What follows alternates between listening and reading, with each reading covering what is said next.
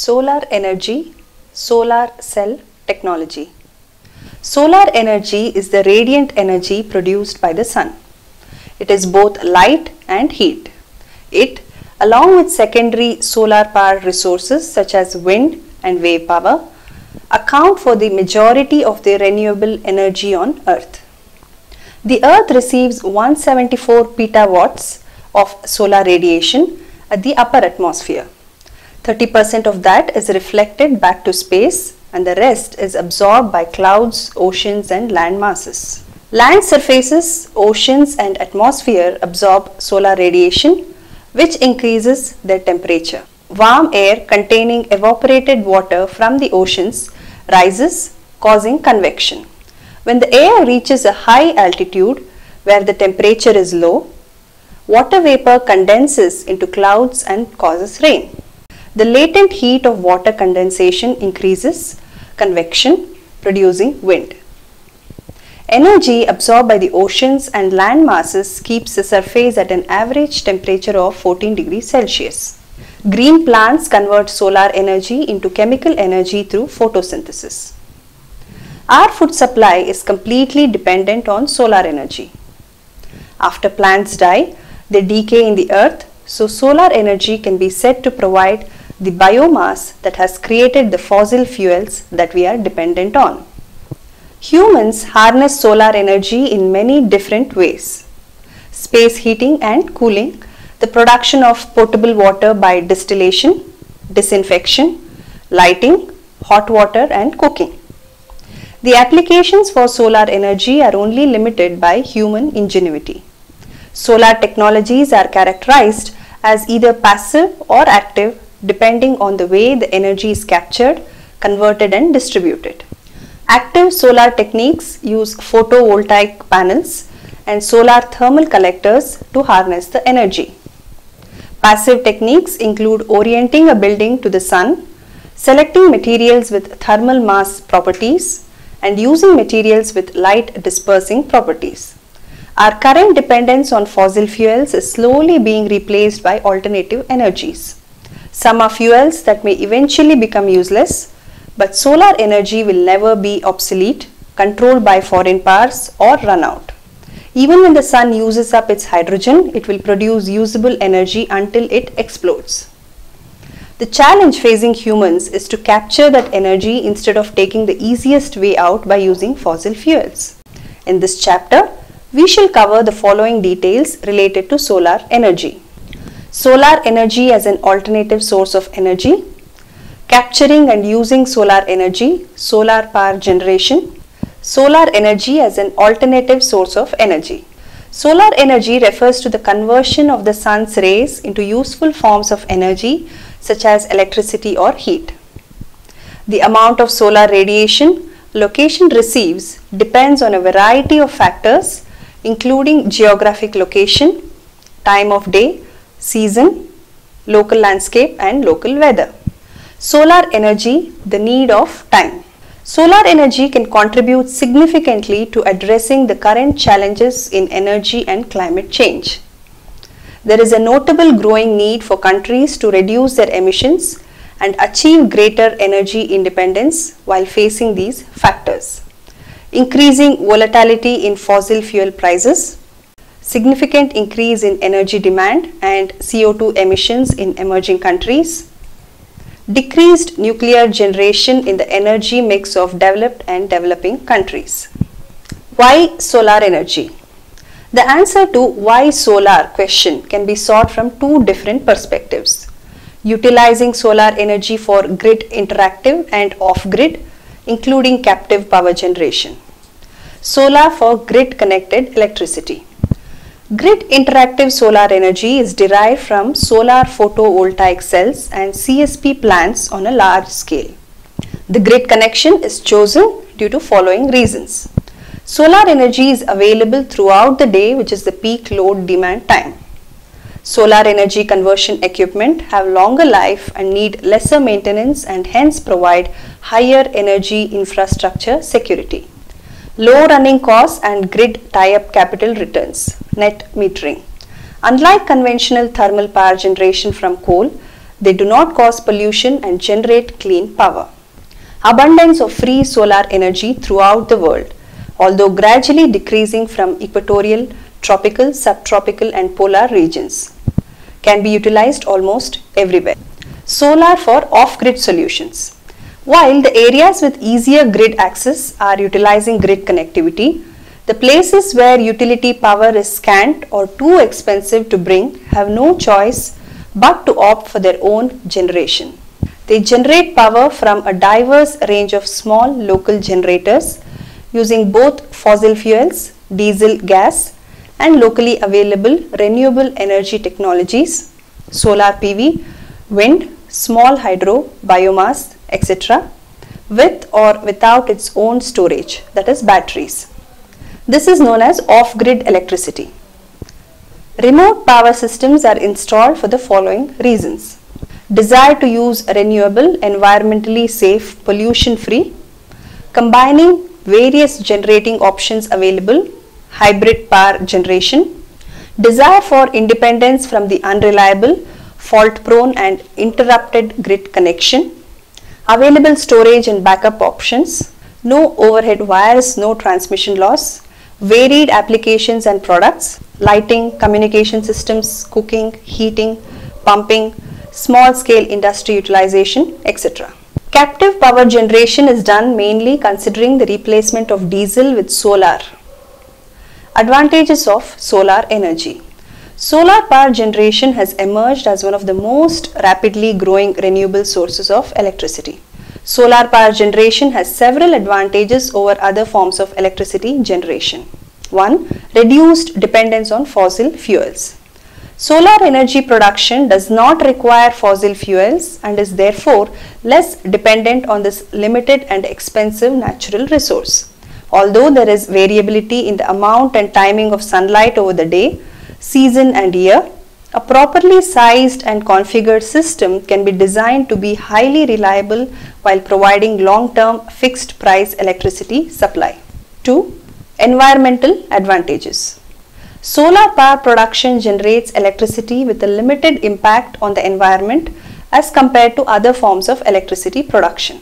3. Matching peak time output with peak time demand. Solar energy can effectively supplement electricity supply from an electricity transmission grid, such as when electricity demand peaks in the summer. 4. Modularity and scalability. As the size and generating capacity of a solar system are a function of the number of solar modules installed, applications of solar technology are readily scalable and versatile. 5. Flexible locations. Solar power production facilities can be installed at the customer site, which reduces required investments in production and transportation infrastructure. 6. Government incentives. A growing number of countries have established incentive programs for the development of solar and other renewable energy sources, such as net metering laws that allow on-grid end users to sell electricity back to the grid at retail prices, direct subsidies to end users to offset costs of photovoltaic equipment and installation charges, low interest loans for financing solar power systems and tax incentives, and government standards that mandate minimum usage levels of renewable energy sources. Shortcomings associated with solar energy. Captive power generation is plagued with some issues. The main idea behind setting up solar-based captive power plants was to get uninterrupted power supply and reduce the diesel cost. Industrial users who have the required resources to set up their own power plants for internal consumption can put up SPV captive power plant. But there are certain issues in setting up solar-based captive power plants. Uncertainty in weather.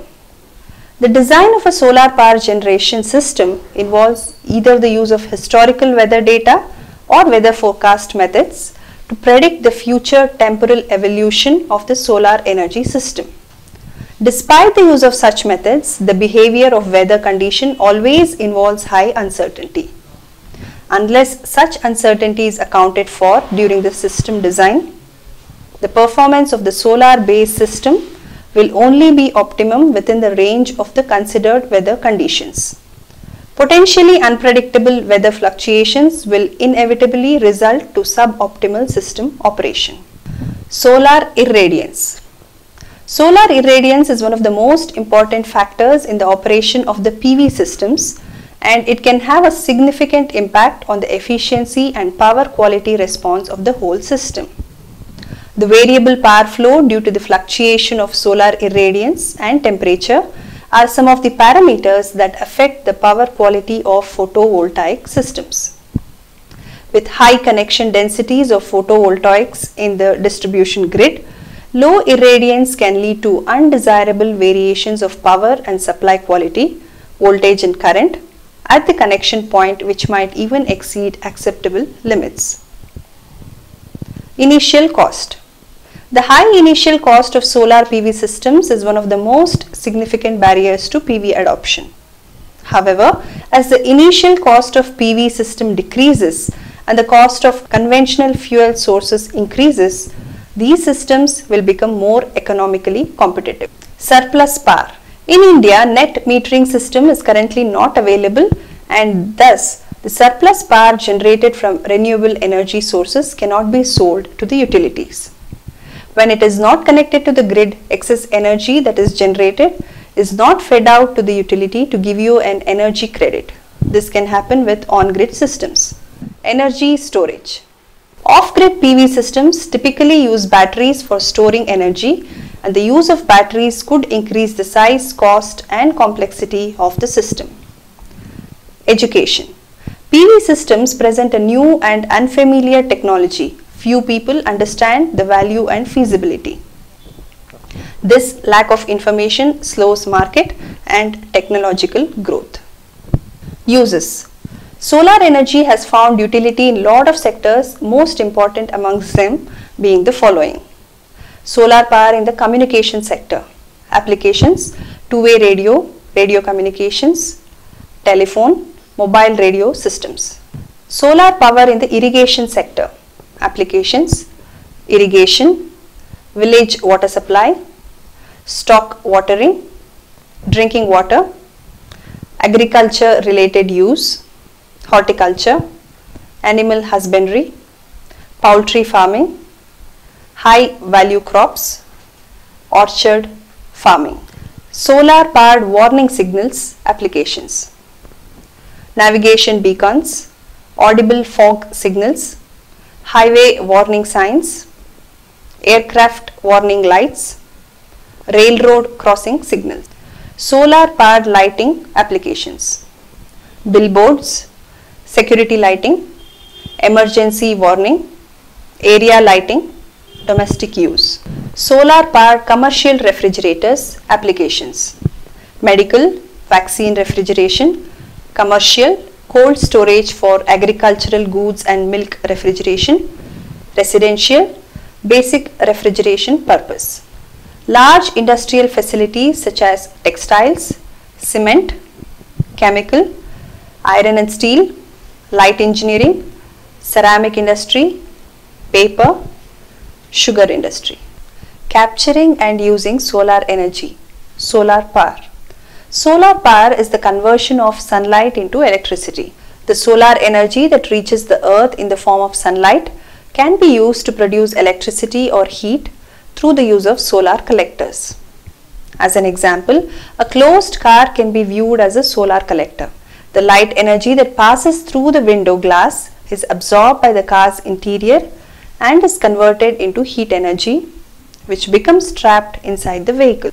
In optimal areas, the amount of solar energy falling on an area the size of a basketball field in thermal energy terms is equivalent to about 650 barrels of oil in a year. Technology for solar power plants. Solar power generation technologies can be broadly classified into two broad categories: solar photovoltaic technologies and solar thermal power plants. Solar photovoltaic (SPV) technologies. Photovoltaic converters are semiconductor devices that convert part of the incident solar radiation directly into electrical energy. The most common PV cells are made from single crystal silicon, but there are many variations in cell material, design and methods of manufacture.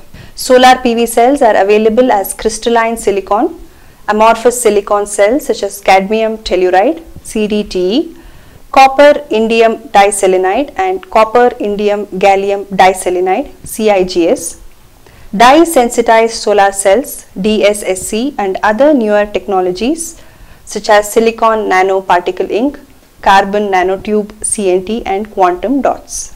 Crystalline silicon CSI modules represent 85 to 90% of the global annual market today. CSI modules are subdivided into two main categories: single crystalline and multicrystalline. Thin films currently account for 10% to 15% of global PV module sales. They are subdivided into three main families: amorphous, ASI, and micromorph silicon, cadmium telluride D, copper indium diselenide, and copper indium gallium diselenide. Emerging technologies encompass advanced thin films and organic cells. The latter are about to enter the market via niche applications. Concentrator technologies (CPV) use an optical concentrator system which focuses solar radiation onto a small high efficiency cell. CPV technology is currently being tested in pilot applications. The above technologies are mainly used on rooftops of commercial and residential buildings and as large-scale grid-connected power plants. For optimum output, larger installations use tracking devices which change the orientation of the panels to correspond with the trajectory of the sun to focus sunlight directly onto the panels. Solar thermal power plants. Solar thermal power plants produce electricity by converting the solar radiation into high temperature heat using mirrors and reflectors. The collectors are referred to as the solar field. This energy is used to heat a working fluid and produce steam. Steam is then used to rotate a turbine or power an engine to drive a generator and produced electricity. All CSP plants are based on four basic essential systems, which are collector, receiver or absorber, transport or storage, and power conversion. Parabolic trough, solar towers, parabolic dishes, and linear Fresnel reflectors are the four main technologies that are commercially available today. Parabolic trough. Parabolic trough shaped mirrors collect and reflect the solar energy onto receiver tubes positioned along the focal line of parabolic mirrors. The troughs are usually designed to track the sun along one axis, predominantly north-south. Heat transfer fluids such as synthetic thermal oil suitable for temperatures up to 400 degrees Celsius circulating through the tubes are used to generate steam through heat exchangers and steam generators and drive turbine to generate electricity through a steam cycle. This is a well-established and proven CSP technology. Solar towers. A circular array of heliostats concentrates sunlight onto a central receiver mounted at the top of a tower. The heliostats track the sun on two axes. The central receiver can achieve very high concentrations of solar irradiation, thus resulting in extremely high temperature for the operating fluid. A heat transfer medium in this central receiver absorbs the highly concentrated radiation reflected by the heliostats and converts it into thermal energy, which is used to generate superheated steam for the turbine through the Rankine cycle. Brayton cycle systems are also under testing because of the higher efficiencies.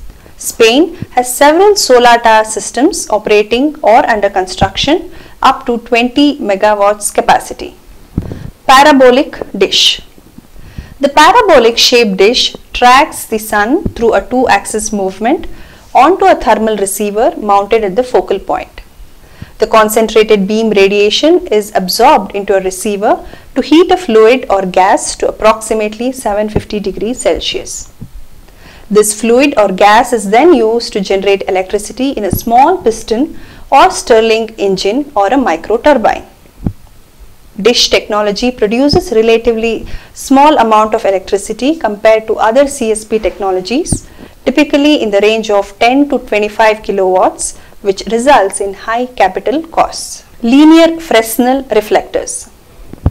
Use reflectors made of several slices of mirrors with small curvature approximating a parabola. Mirrors are mounted on trackers and configured to reflect sunlight onto elevated linear reflectors. Water flows through the receivers and is converted into steam, and the intermediate heat transfer fluid is not required. These systems have lower investment costs and also lower optical performance as compared to parabolic trough collectors. This technology is still in the developmental stage.